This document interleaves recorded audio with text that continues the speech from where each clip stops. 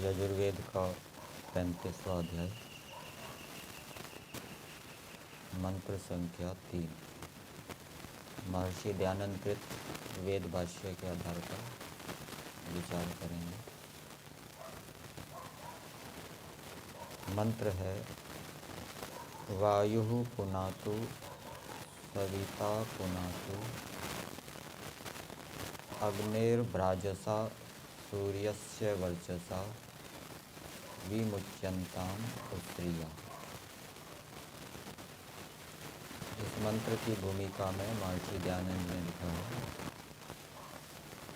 जीवों की कर्म गति का विषय अगले मंत्र अर्थात इस मंत्र में कहा।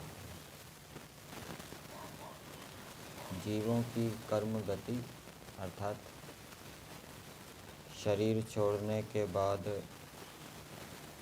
जीवात्माओं का गमन कहाँ कहाँ होता है, कैसे होता है, वो इस मंत्र के अंदर बताया है। इसके भावार्थ में दिया है, जब जीव शरीरों को छोड़ के विद्युत, सूर्य के प्रकाश और वायु आदि को प्राप्त हो जाते हैं, तो ये जीवों की गति है। शरीर छोड़ने के बाद जब जीवात्मा शरीर को छोड़ते हैं तो वो विद्युत को प्राप्त होते हैं, सूर्य के प्रकाश और वायु आदि को, आदि शब्द यहाँ लिखा है, प्राप्त होते हैं। और ये जो 3 नाम दिए हैं, ये 3 पदार्थ अंतरिक्ष के अंदर रहते हैं। विद्युत भी अंतरिक्ष के अंदर रहती है, सूर्य का प्रकाश भी अंतरिक्ष के अंदर रहता है और वायु भी अंतरिक्ष में रहती है। और फिर आगे लिखा है, और गर्भ में प्रवेश करते हैं तब किरण उनको छोड़ देती है। मतलब कि जब शरीर को छोड़ेंगे, शरीर को छोड़ने के बाद वो अंतरिक्ष में रहेंगे। अंतरिक्ष में सूर्य के प्रकाश के साथ, सूर्य की किरणों के साथ उनका संबंध रहेगा। और फिर जब वो अन्न आदि में प्रवेश करेंगे या किसी के शरीर में प्रवेश करेंगे, तो फिर किरणों के साथ उनका जो संबंध है वो छूट जाएगा। इसी को यहाँ पर लिखा है, तब किरणें उनको छोड़ देती है। तो इस रूप में समझना चाहिए। पदार्थ में दिया है, हे मनुष्यों, वायु पवन अग्नि बिजली की भ्राजसा दीप्ति से सूर्य के वर्चसा तेज से जिन हम लोगों को पवित्र करो। तो परमेश्वर ने ये पदार्थ बनाए हैं, ये पवित्र करने वाले हैं। वायु भी जगत को पवित्र करती है, शरीर को भी वायु पवित्र करती है। फिर बिजली की जो दीप्ति है, बिजली की जो चमक है, वो भी पवित्र करने वाली है। ये किस प्रकार से पवित्र करती है बिजली की चमक, ये विचारणीय है। जैसे वर्षा के समय जब बिजली कड़कती है तो नाइट्रोजन आदि उत्पन्न होते हैं और भी कुछ तत्व उत्पन्न होते होंगे, जिससे वातावरण पवित्र होता होगा, शुद्ध होता होगा। और सूर्य का जो तेज है, सूर्य का प्रकाश है, वो भी हम जानते हैं, वो भी पवित्र करने वाला है। तो मंत्र में ये प्रार्थना की गई है कि ये वायु पवित्र करे, वायु ही पुनातु, सूर्य पवित्र करे, और बिजली की जो चमक है वो पवित्र करे। और फिर आगे दिया है, विमुच्यन्ताम् उत्स्रियाः, और किरणें छोड़ दें, किरणें हमें छोड़ दें। संस्कार विधि के अंदर भी इसी प्रकार की चर्चा हमें मिलती है। संस्कार विधि में अंत्येष्टि कर्म विधि के अंतर्गत वहाँ पर प्रश्न किया गया है कि मरण पीछे जीव कहाँ जाता है, तो वहाँ पर उत्तर दिया है यमालय को। यमालय किसको कहेंगे? यम के घर को। यम कौन है वो आगे बता रहे हैं। फिर प्रश्न किया है यमालय किसको कहते हैं, तो उत्तर दिया है वायवालय को, वायु के घर को। फिर प्रश्न किया है वायवालय किसको कहते हैं, तो उत्तर दिया है अंतरिक्ष को, जो कि यह पोल है। मतलब कि पृथ्वी और देवलोक के बीच में जो खाली स्थान है वो अंतरिक्ष है, और वो वायु के रहने का स्थान है, यम के रहने का स्थान है। फिर आगे प्रश्न किया है क्या गरुड़ पुराण आदि में यमलोक लिखा है वह झूठा है, तो उत्तर दिया है अवश्य मिथ्या है। फिर प्रश्न है पुनः संसार क्यों मानता है, तो उत्तर दिया है वेद के अज्ञान और उपदेश के न होने से जो यम की कथा लिख रखी है वह सब मिथ्या है, क्योंकि यम इतने पदार्थों का नाम है। फिर यहाँ पर कुछ प्रमाण दिए हैं वेद मंत्रों के, और वहाँ पर यम किन किन अर्थों में आया है वो बताया है। ऋतुओं का नाम भी यम है, ऋतुओं को भी यम कहते हैं। परमेश्वर का नाम भी यम है, और अग्नि का नाम भी यम है। वायु, विद्युत, सूर्य के यम नाम हैं। तो यमालय मतलब वायु का घर, विद्युत का घर। तो यम वायु और विद्युत को भी कहते हैं, और वेग वाला होने से वायु का नाम यम है। तो इस प्रकार से यम शब्द के अनेक अर्थ होते हैं। तो जीवात्मा शरीर को छोड़ने के बाद यमालय में रहता है, और वहाँ पर उसका संबंध विद्युत से, सूर्य के प्रकाश से, विद्युत के प्रकाश से, वायु से होता है। सत्यार्थ प्रकाश में भी 9वें समोल्लास में ये जीवात्मा के कर्म की गति बताई गई है। जीवात्मा शरीर से छोड़ने के बाद उसकी क्या गति होती है, वहाँ पर लिखा है 9वें समोल्लास में, जब शरीर से निकलता है उसी का नाम मृत्यु, और शरीर के साथ संयोग होने का नाम जन्म है। जब शरीर छोड़ता है तब यमालय अर्थात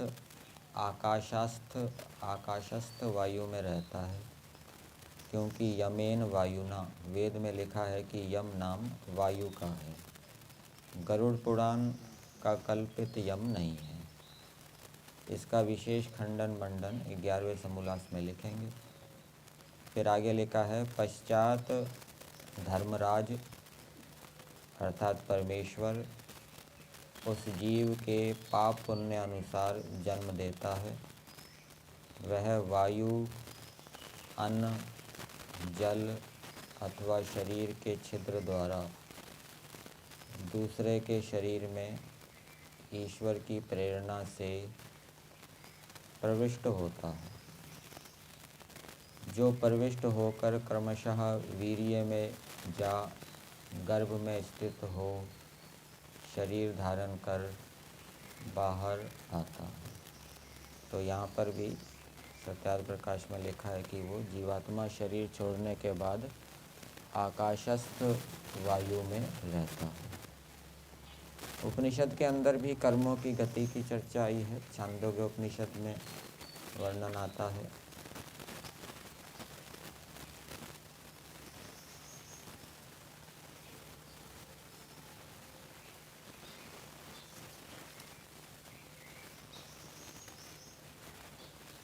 छांदोग्य उपनिषद में पंचम प्रपाठक 10वें खंड में बताया है।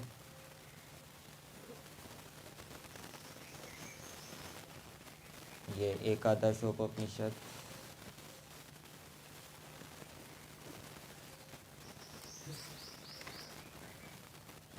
डॉक्टर सत्यव्रत सिद्धांत अलंकार इनका भाष्य है। तो यहाँ पर दिया है, मृत्यु के बाद आत्मा की गति,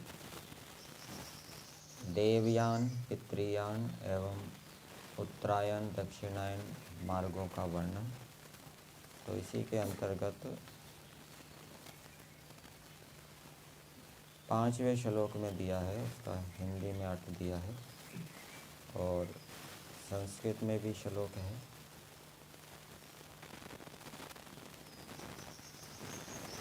संस्कृत में श्लोक दिया है, तस्मिन् यावत् संपातम उषित्वा अथ एतम एव अध्वानं पुनः निवर्तन्ते यथा एतम आकाशम आकाशात् वायु भूत्वा धूमो भवति, धूमो भूत्वा अभ्रम भवति,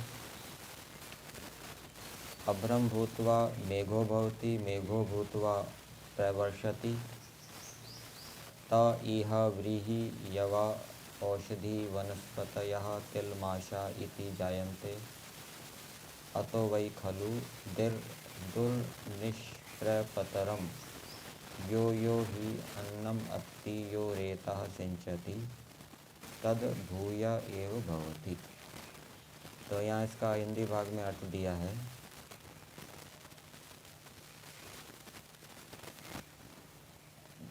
जिसके अच्छे लोग कर्म होते हैं, सकाम कर्मियों की बात चल रही है। तो जो सकाम कर्म करने वाले होते हैं वो कहाँ जाते हैं?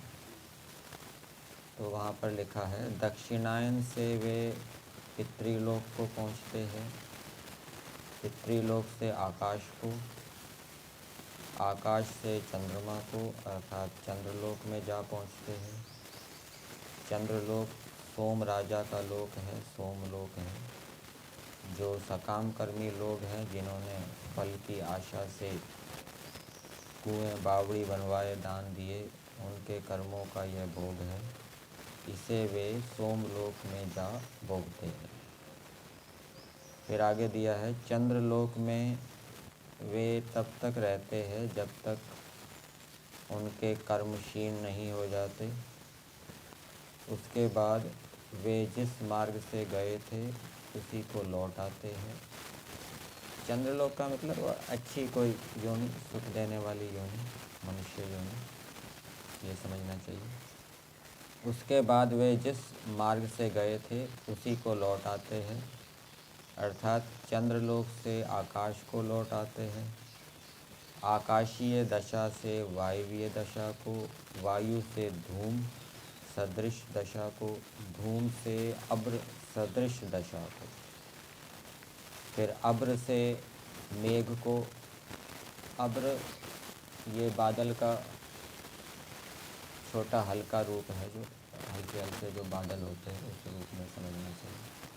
अब्र से मेघ को, मेघ में जाकर वे बरस पड़ते हैं, बरस कर धान, जौ, औषधि, वनस्पति, तिल, मांस किसी में भी जा पैदा होते हैं। बस इनमें से निकलना कठिन हो जाता है। जो भी अन्न खाता है उसके वीर्य से उस जैसी ही संतान उत्पन्न होती है।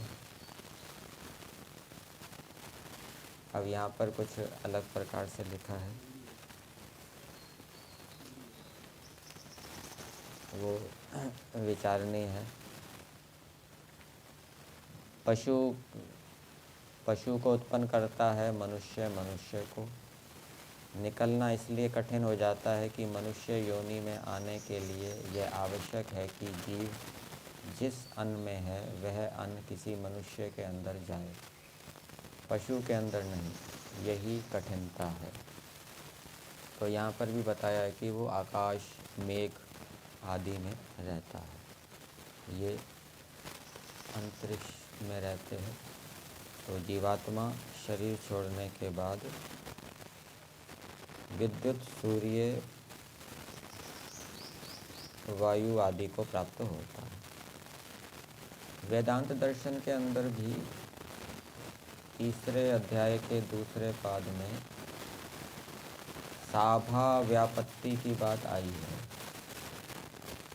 अर्थात जीवात्मा शरीर छोड़ने के बाद वायु में रहता है, सूर्य के प्रकाश में रहता है, मेघ में रहता है, तो वहाँ पर उसकी साभा व्यापत्ति होती है। और शरीर छोड़ने के बाद वो अनुशयी जीव के रूप में भी रहता है किसी दूसरे प्राणी के शरीर में, तो वहाँ पर भी उसकी साभा व्यापत्ति होती है। साभा व्यापत्ति के कारण वो रहता है। और साभा व्यापत्ति का अर्थ है मतलब कि जीवात्मा वायु में रहेगा तो वो उसके अनुसार सेटिंग कर लेगा, अनुकूल हो जाएगा, उसकी अनुकूलता हो जाएगी। मेघ में रहेगा तो वहाँ भी उसकी अनुकूलता हो जाएगी।